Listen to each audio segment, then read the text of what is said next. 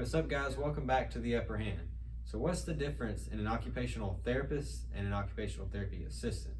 An OT and an OTA? Maybe a question that you've asked yourself, especially if you're looking into the field of occupational therapy and you're interested in it, but you just don't know which career path to take. Well, stick around because today we're going to highlight a few key points that help describe the differences and the similarities in these two very distinct career paths.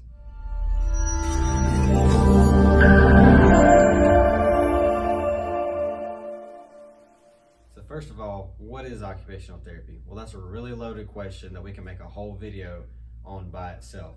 And there are many ways to answer that question, but one way to say it is that in occupational therapy, we help individuals who are sick, disabled, or injured become as independent and functional as possible in their everyday lives through the therapeutic use of everyday activities and occupations.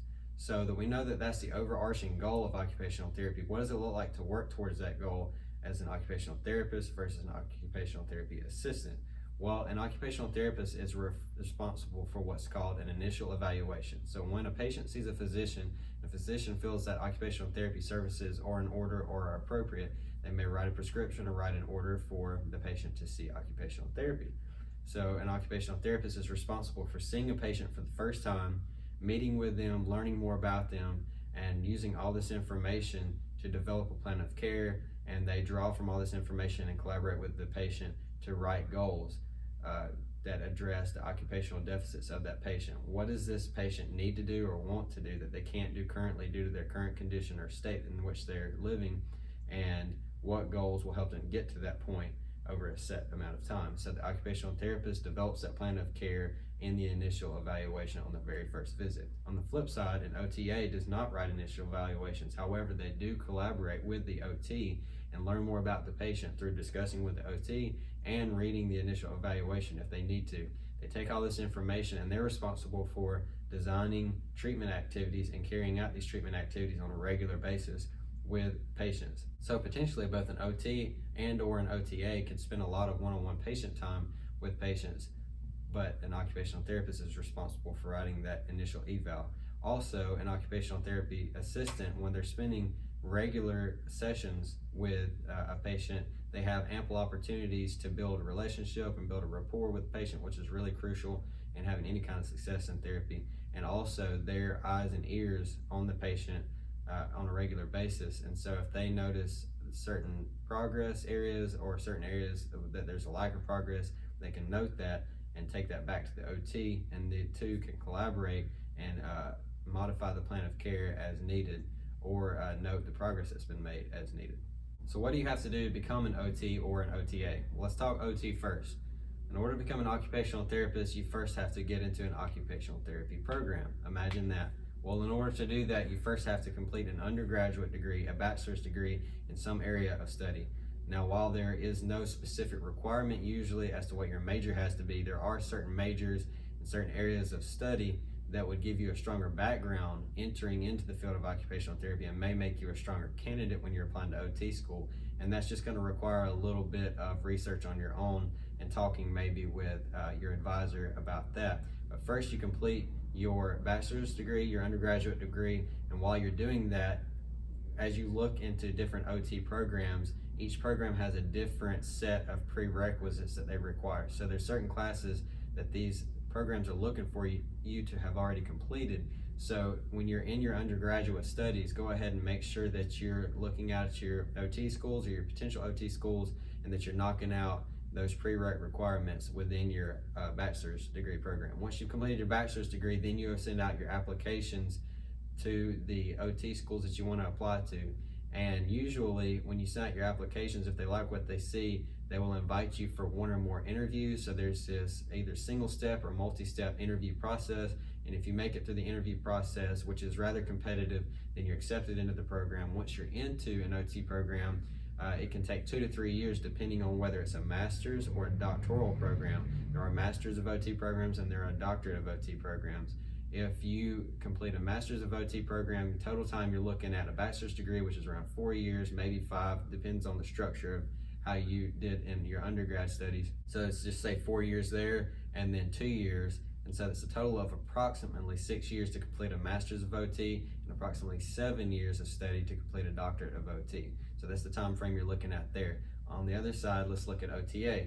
In order to become an OTA, you have to obtain your associate's degree from an accredited occupational therapy assistant program. So a very similar situation, except for you're getting your associate's degree versus your master's or doctoral degree. In order to apply to an OTA program, very similarly, they also require some prerequisites. So it may take you 1 to 2 years to complete the required prerequisites before you can apply to an OTA program. So if it takes you 1 to 2 years to complete your prerequisites, and then 1 to 2 years, usually it's a 2-year program in OTA school, you're looking at 3 to 4 years total, and you have your associate's degree. Whereas, to recap, for OT school, you will come out with your master's or doctoral degree, and it takes you 6 or 7 years respectively. Another point I'd like to make is that there are a handful of programs across the country that are what's called bridge programs. So if you become an occupational therapy assistant, and then later on in your career you decide you want to become an occupational therapist, you can bridge over from OTA to OT through one of these bridge programs.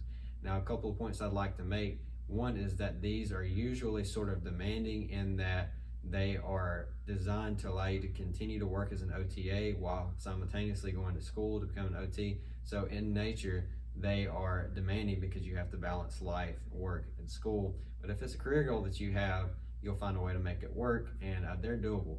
And another point I'd like to make is that these programs are rather costly because of the structure and the design of the programs. You're going to be spending quite a bit of money to complete one of these.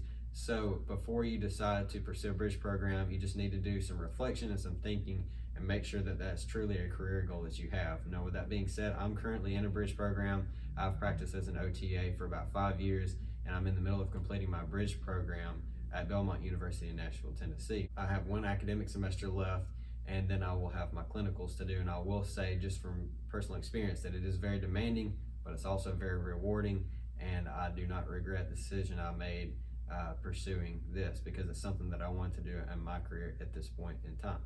Okay, now we're to the part that I know you've all been waiting for. Let's talk money. What does an OT make versus what an OTA makes? Well, I have to preface it by saying that there are so many variables that affect your rate of pay as an OT or an OTA.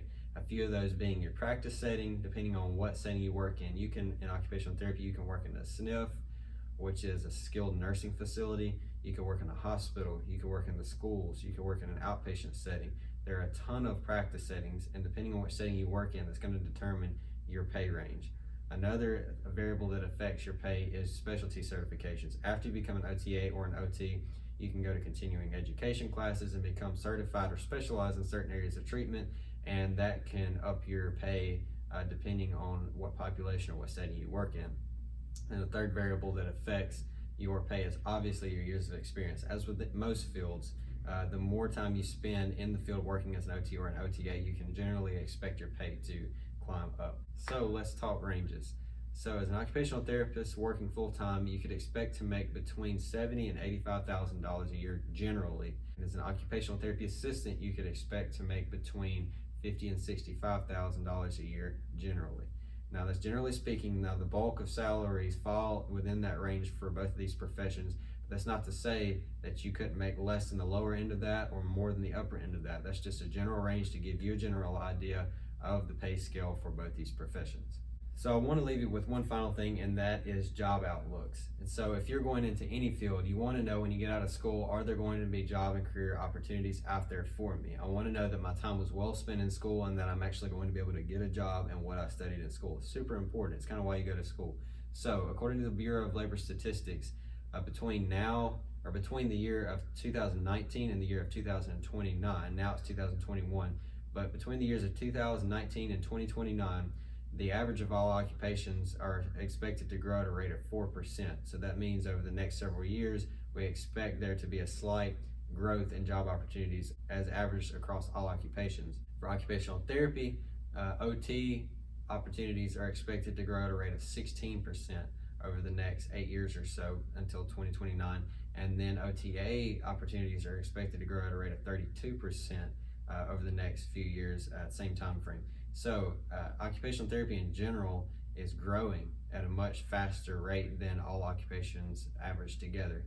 So according to Bureau of Labor Statistics, there are job opportunities projected to be there over the next several years, whether you choose to become an OTA or an OT. But you should do more research on that according to your region or the region in which you plan to work, to better inform yourself of that before you make the decision to go to school for occupational therapy. So lastly, should you become an OT or an OTA?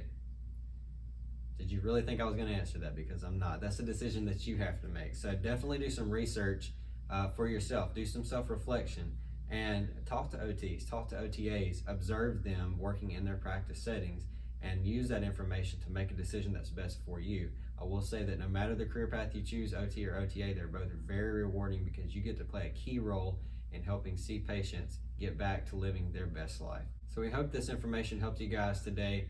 If you're a current OT or an OTA and you think we left some information out, or you think we should make a second video to elaborate on some more points, drop us a comment below. Or if you're trying to decide what to do in the field of occupational therapy and this video is helpful for you, drop a comment below, let us know, and give it a share. Thanks, and we'll see you guys next time on The Upper Hand.